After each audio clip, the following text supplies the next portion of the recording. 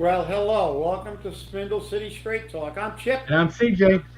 and it is Monday in the Riv. Another week in Valhalla here, the heaven for all for everybody, and we got a lot to talk about as usual. And the front page of the Herald News is crowing the purchase of the Sacred Heart School. But if you look at it, you go, wow, what a mess that's going to be, right? The thing was valued at, I don't know, 400,000, but they flipped it for 2 million, over two Yep. million, and they're making that like a big deal. Yeah, well, it is. The rich get richer and the poor get poorer. And And they said they're remember, going to, remember that property was granted a parking variance. yeah, They don't have to have the parking spaces. yeah, Now you know Linden Street. You know how congested that street is. very well. I Very mean, I well. remember going to church at Sacred Heart and we couldn't find a parking space. Yeah. No, it's a highly congested area. Yes, it And is. listen, the whole thing smacks of how delusionary, and of course, Joe Good, Coogan's chief propagandist, they put that on the front page like it's a good thing. It's a good thing for the developers. They flipped that property and made 2 million bucks. And they're going to give those apartments are going to be starting at $2,000 a month. So let's do a little quick math for people who can't do math, like most of our city councilors, our mayor, and most of the elitists in the North End who sit on that council. Let's do a little math. $2,000 a month is $24,000 a year for rent. The average median income in Fall River per capita is 30,000, U.S. Census Bureau stat. So that leaves you $6,000 a year for the rest of the year. So we can do this in our head. We don't need our calculators. So that means you got $500 a week, basically, I'm sorry, a month to live on. That's $125 a week to live on, to pay all the rest of your bills and live. And recently I just saw a thing about buying food, that now food is costing a disproportionate amount of your income to buy food because of inflation. And they thought it was high when you paid 12% or 15% of your total income for food. Well, that's if you paid 12% of your income and you've only got $125 a week, it means it's like you got like 15 bucks a week to spend on food. That's not even one Big Mac meal. These people are sick. They are sick. Why is it that Fall River is the only place in the United States that fails to see there's an affordable housing crisis? These people live in a dream world. They're going to rent apartments for $2,000 a month, starting at $2,000 a month, in a city where the average person median income is $30,000 a year. They can't afford those apartments, but they don't care. They've got these fictional people, these people from the alternate universe that are going to come to Fall River to ride the water taxi and the trolley, and all the tourists are going to come down to look at what? The stuff we've had here for 40 years, and they don't come. No, they're not going to go to Newport. They're not going to go to Cape Cod. They're not going to go to Boston. They're not going to go to Federal Hill. No, they're going to come to Fall River to ride the water taxi and the trolley. And look at all the market rate housing. Whoa, look at all the market rate housing we got. But we got elderly people being mugged. We've got a school system that's at the bottom of the barrel. We're always in the top 5 in crime, but these people building all these things and saying, look, we are rebuilding Fall River. Ah, that's right, you're making it into Detroit. Because in another 10 years, none of those places will be rented, half of them will be empty, and we'll go over the cycle again, But they have destroyed the economy because I don't give a crap about this for them. But it's the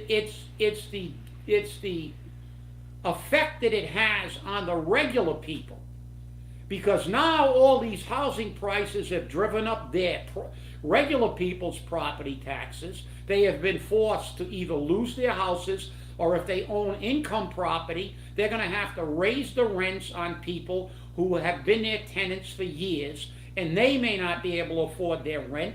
Now the people who own the houses are going to be in trouble. The people who rent the houses are going to have to be out in the street, and they don't care.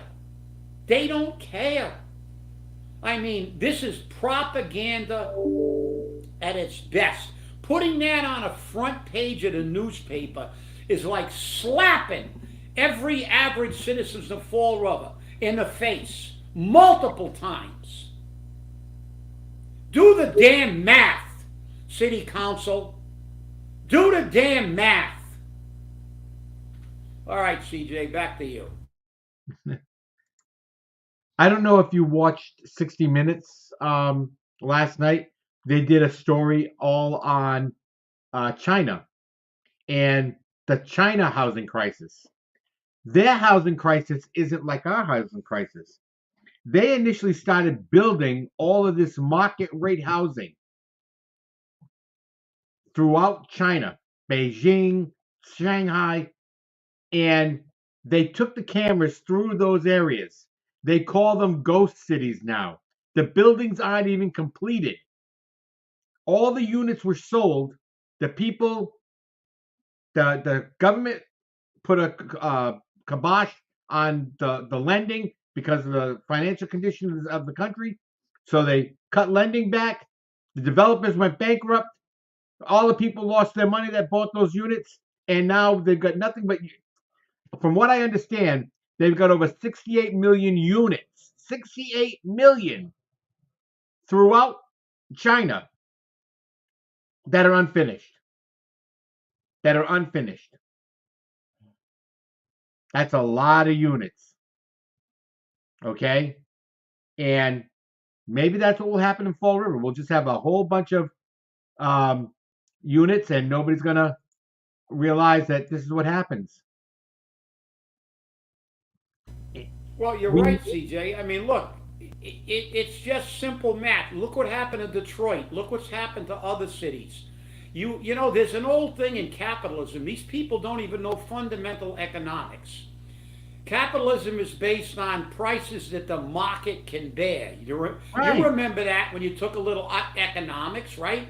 You can only charge what the market will bear.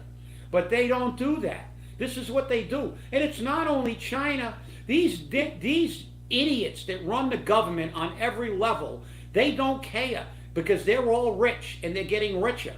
They don't care when these things fail. Just look at what happened with electric cars. All the car companies now are cutting back their electric cars.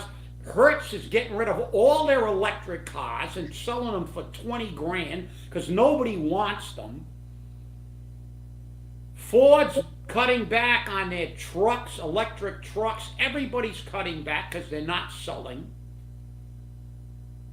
All these pie-in-the-sky electric car things and all this housing market, like you said, and in China, and let's face it, China is a hell of a lot, can control their people a hell of a lot more than they can control American people, but we're watching these cities being decimated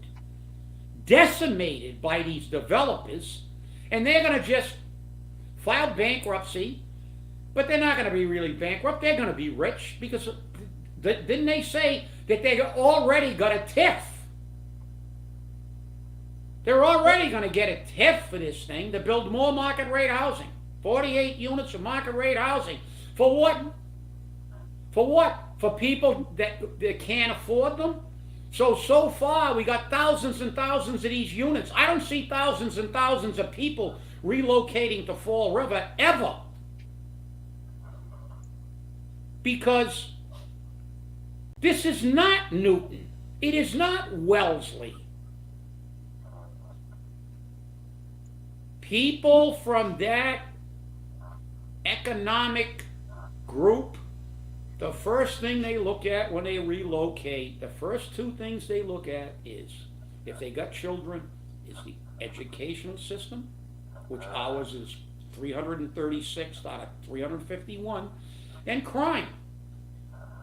Who's going to come here? You mean they can't stop somewhere between Newton and the Newtonians going to come down here? Are you kidding me? The people from Brookline are going to come down here? Jakey Auchincloss wouldn't last 5 minutes on the streets of Fall River. And neither would any of those wokies that had come down. Because this city, I mean, you know, I know that we just got a video that you sent me, and we're going to watch it, about elderly people being attacked and mugged, but they're afraid to report it. This is the community we live in, and they cover everything up. Then this propaganda, putting this on a front page of the paper like it's a positive. In the next election, I hope we get a lot of new city council candidates who actually can look at this city realistically. And we're not being negative, we're just being accurate. Look at the stats, clowns. You want to tell me how people look? Go to the United States Census Bureau and look at the data. Look at the per capita income. Look at the household income. Compare it with the state average. Compare it with the national average. You're going to tell me that this will work in a city like Fall River? No, it never works. It doesn't work in Fall River. It doesn't work in Detroit. It doesn't work in cities where they have subpar average incomes. You can't gentrify these cities because the gentry will not come to them. But Coogan doesn't care. These people don't care. They're just lining their pockets. And you know the sad part about it? After they've destroyed this city, which it's already fundamentally been destroyed, because in another 2 years when the rubber hits the road and this city is broke, you are going to see these people bail. Bail. They're going to be gone. They can live anywhere they want. They can pretend to live in Fall River. Some of these rich guys in Fall River, they got businesses here. They'll pretend they'll have a house somewhere in the North End or but they're going to have a summer house in the Cape and a winter house in Florida because they can live that way. And the poor son of a bitch that's living in a tenement that 3 years ago was paying $750 a month, and now he's out in the street because the rent's $2,500 a month. He's sitting there with both cheeks of his ass freezing off, while these clowns are counting their money. And the only way it's going to change is the people wake up, vote, and vote some of these people in that are voting for council, and get a mayor that gives a damn about the people of Fall River. And with that, CJ, I'll turn it over to you. Fall River, land of the free, home of the brave. It's more like land of the poor, home of the screwed. Home of Gilhooly. That's right. The Gilhooly's the Fall River. I think they hung out at Pier 14 when it was standing. You know, we have a community that they've destroyed. They have successfully destroyed.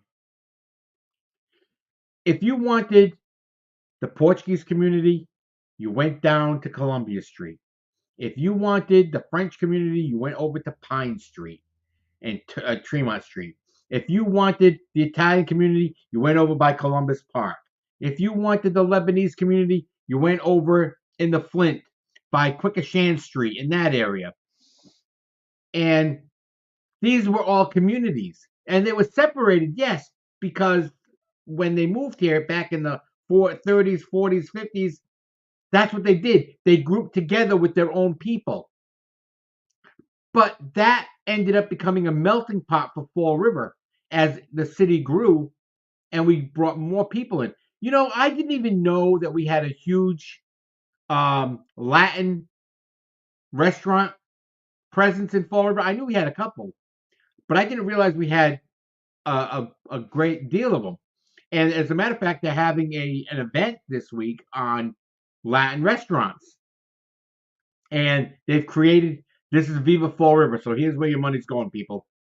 They created a interactive map to find them. And they also include, as Patty Rigo said, they also include bodegas, which are variety stores that carry Latino, Puerto Rican, that type of food.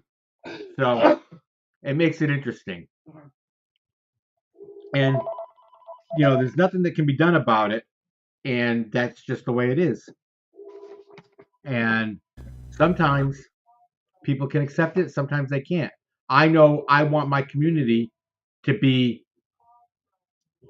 together. I want them to be working together. I want them to be living together. I don't want them to be living on the street, setting up a tent. Doesn't work that way. Nothing works that way. And Paul acts like we don't have them setting up tents. We do have them setting up tents. They're in tents all over the city. So, come on, get real. We need to have a change in Fall River, a serious change. We need to go back in time. That's what we need to do. The irony is all our detractors say we're negative and we don't like Fall River. It's just the opposite. I grew up in Fall River. You grew up in Fall River. And Fall River to me was a great place. Why? Because we had a great community.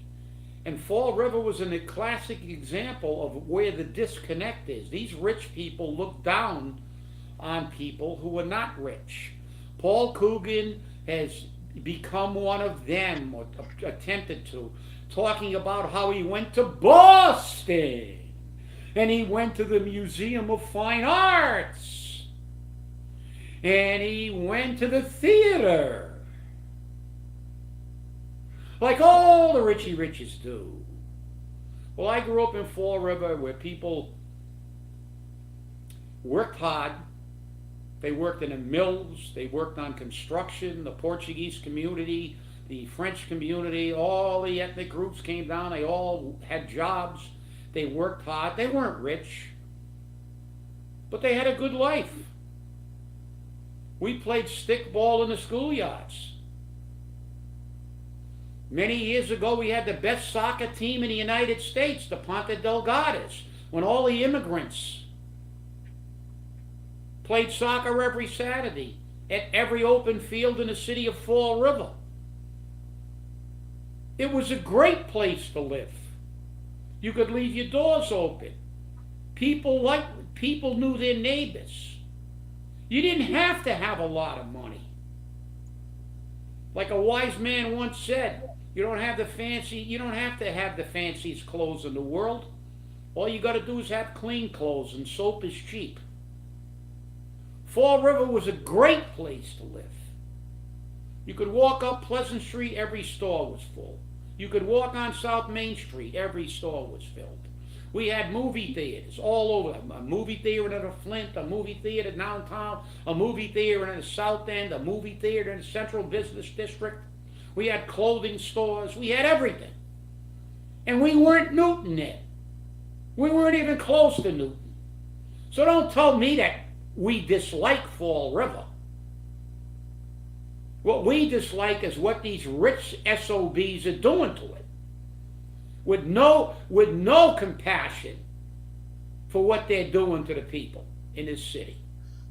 And if you can't see that, you're one of them. I didn't have to come back to Fall River after my military service. I was young. I had skills.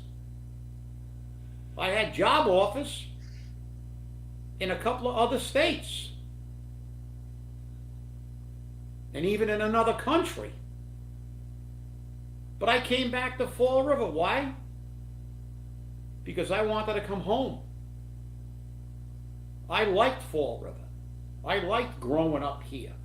I liked playing stickball and having a couple of fights and knowing everybody. It's a moderate-sized town that's like a small town. Everybody knew your name. And it was a great place to live. And they have destroyed it. And if they think what they're doing is in the best interest of Fall River, they are full of crap, and they know they're lying. They know they're lying. $2,000 starting rent in apartments are unaffordable. Everything they're doing is for the yuppies, and they're trying to, forget about, and the irony is they want you to forget about the fact that the majority of people in Fall River can't live in the Fall River that they're trying to create. They can't live here. They can't afford to live here. Water taxis? What are we, Macau? Hong Kong? What are they going to take? A water taxi to a bar room? All the yuppies are going to come down from Newton to take a water taxi to a bar? Give me a break. I mean, you people are so full of, you all have to have brown eyes because the crap's up above your eyebrows. We're all full of it. So with that, CJ, I take it back because, when I look at this crap and I read these articles, it's just like Joseph Goebbels is not dead. He's been reincarnated by you-know-who. Yep. I agree. The propaganda is flowing fluidly out of government center. And as I said in the Weekend Flush, we're grabbing at nickels and dimes. And that's exactly what he's doing. And I sent you the articles about the debt for the benefits, getting bonds to pay for the pensions. Not a good idea. Look at Worcester. Well, Worcester did it, and they took a bond, so now they got the bond around their ears, and they still tank the system. Listen, right. These people do not know how to control their spending. Nothing works in cities where you spend more than you can bring in. That's the reality. And all these harebrained ideas, they don't have to pay for, but they just wreck the community. Well, it's just amazing. I'm gonna shift gears here a little bit. I want to talk about something that a lot of people have been asking about, and what may or may not be happening. And I'll tell you right now what is happening. Our First Amendment rights. They attempted to take them away from us, and we fought back, and we didn't let them take them away from us. But the Supreme Court, the United States Supreme Court, is meeting today to hear arguments on social media, Facebook, YouTube, X, or Meta, all of these social media places, TikTok, Snapchat, on editing or restricting your right to free speech. And while the social media platforms are saying, well, we're doing it because we don't want any misinformation out there, the argument is that whether or not the information is correct or accurate, that's not the platform's decision to make.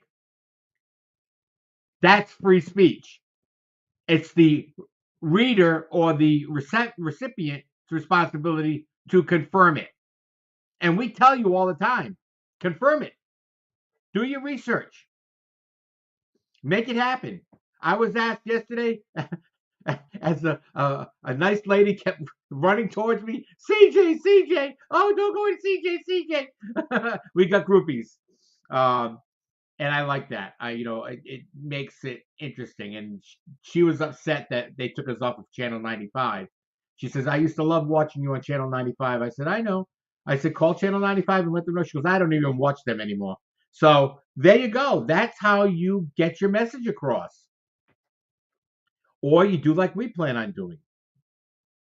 We plan on filing this in court and taking BCC, the Commonwealth of Massachusetts, Paul Coogan, the city of Fall River, Laura Sampson, aka Laura Washington, and Mimi Larrabee, all to court for violation of our civil rights. And regardless of what the outcome is, it's going to make a statement. It's going to make a huge statement. And it shouldn't be that way. But Paul wanted it that way, so Paul got his wish. And that's what happened. We are in the queue for that, but let me get back to the First Amendment and the Supreme Court. You know, our country was created because people could not say what they wanted to say in their own countries. They were being persecuted. And that was supposed to be, that's why it's the First Amendment. It's sacrosanct. It's sacred. Freedom of speech means just that. You have the freedom to say anything. It's up to the people to determine if they believe you or not.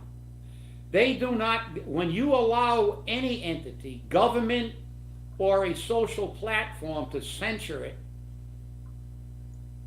you have lost your freedom of speech because, you know, a wise man once said, when I was in college, I wrote the final exam question was one question. What did Pythagoras mean when he said, man is the measure of all things? And if you don't know who Pythagoras is, he was also famous in geometry for the Pythagorean theorem, but he was also a philosopher. Man is the measure of all things. And that was true, because what he meant was that the winner, the people in power, determine what is written. Because if Germany would have won the Second World War, Hitler would have won the Nobel Peace Prize. All the history books about the First World War would have been different. And that's the problem. Everything is an individual perspective. Your freedom of speech as an American should not be censured. It should be censured by your peers.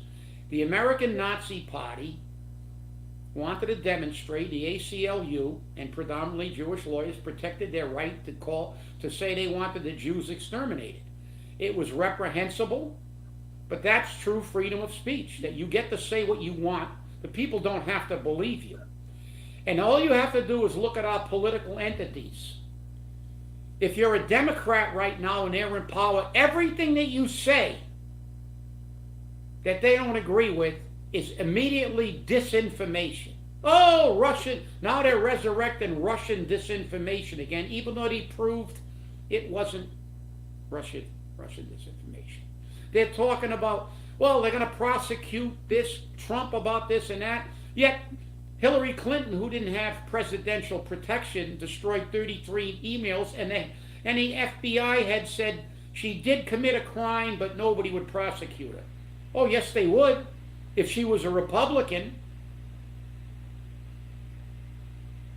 The same thing with Joe Biden. The same thing with Hunter Biden. Will they be prosecuted? Probably not. Most likely not, as long as they're in power. This is why this country was created. They left governments that were doing to them what the United States is attempting to do today. Censure its people. And I will close by saying something from our Declaration of Independence, paraphrasing it. To protect that, we formed this country with that First Amendment and our rights of the people, a government of the people, by the people, and for the people. But remember what it says in the Declaration of Independence, and I'm paraphrasing. When a government fails to represent its people, it is the people's right, it's actually a mandate to eliminate that government and replace it with a government that reinstitutes the rights of the people to run this country. And right now, this country is going back in time to become a repressive third world country. And that's the problem. And I don't care what I do care, but I mean, it would be impossible for me to comprehend the Supreme Court saying that anybody has the right to censor anything, because that's the foundation of the United States. It was created because of that. It was created that people have a right, and it's our government. And you don't, as CJ said, and as we said 13 years ago on our first show, don't believe anything we say. Check it and follow the money. Always follow the money.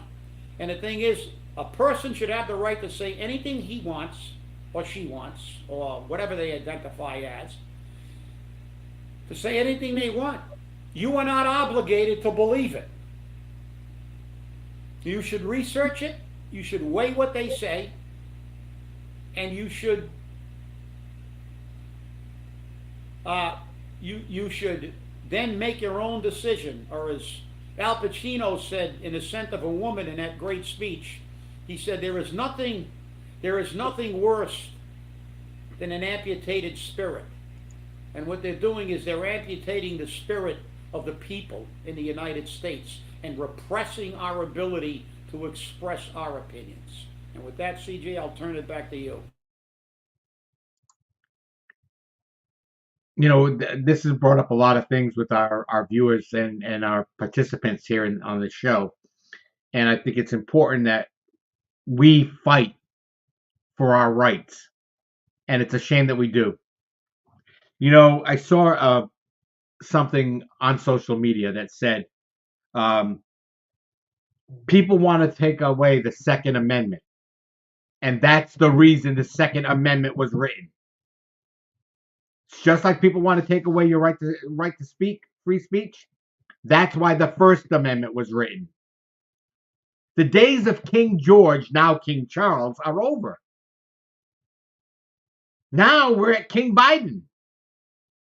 And this is what's happening. If you don't agree with me, we'll prosecute you. If you don't agree with me, we'll throw you in jail. If you don't agree with me, we'll make your life a living hell. We'll take away your property. We'll fine you millions and millions of dollars. Don't fight me. And like Linda said, nobody threatened Al Gore with prison when he disputed the 2000 election. Now, did they? No, they didn't. And this is what happens. Oh, that's a good one, Linda. Remember that every government-led genocide began with disarmament of its citizens. Yes, that's right. That's how they take over. They take away your guns, they take away your books, and then they control the narrative. And we don't want that. We don't want that. And we're against that. We want to maintain our civil rights. We want to maintain our rights as American citizens. Did you hear that? American citizens. That's what this country was based on. And that's what happens. So it's definitely time for us to rise up at the ballot box. Oh, speaking of the ballot box, did you know that the polls were open? They were open this weekend. 9 to 3 over the weekend and 9 to 5 Monday through Friday this week. Early voting. The elections office didn't make that known. They didn't make it clear. So we're paying for people to sit there and do nothing because nobody knew. What are you getting paid for? You got 7 people in that office and nobody could say, hey, wait a minute, we got to call the radio station. Hey, wait a minute, we got to call the newspaper. Hey, wait a minute, we got to make sure people know. I didn't know until I wrote the Weekend Flush. And this is what happens. So again, remember, you're paying for that. And this is your election. And remember, every vote counts. Every vote. Not just 1 or 2. So, I want to thank you all for watching. And remember, stay safe, stay angry, and hold your politicians accountable. We'll see you on Wednesday. Have a great day.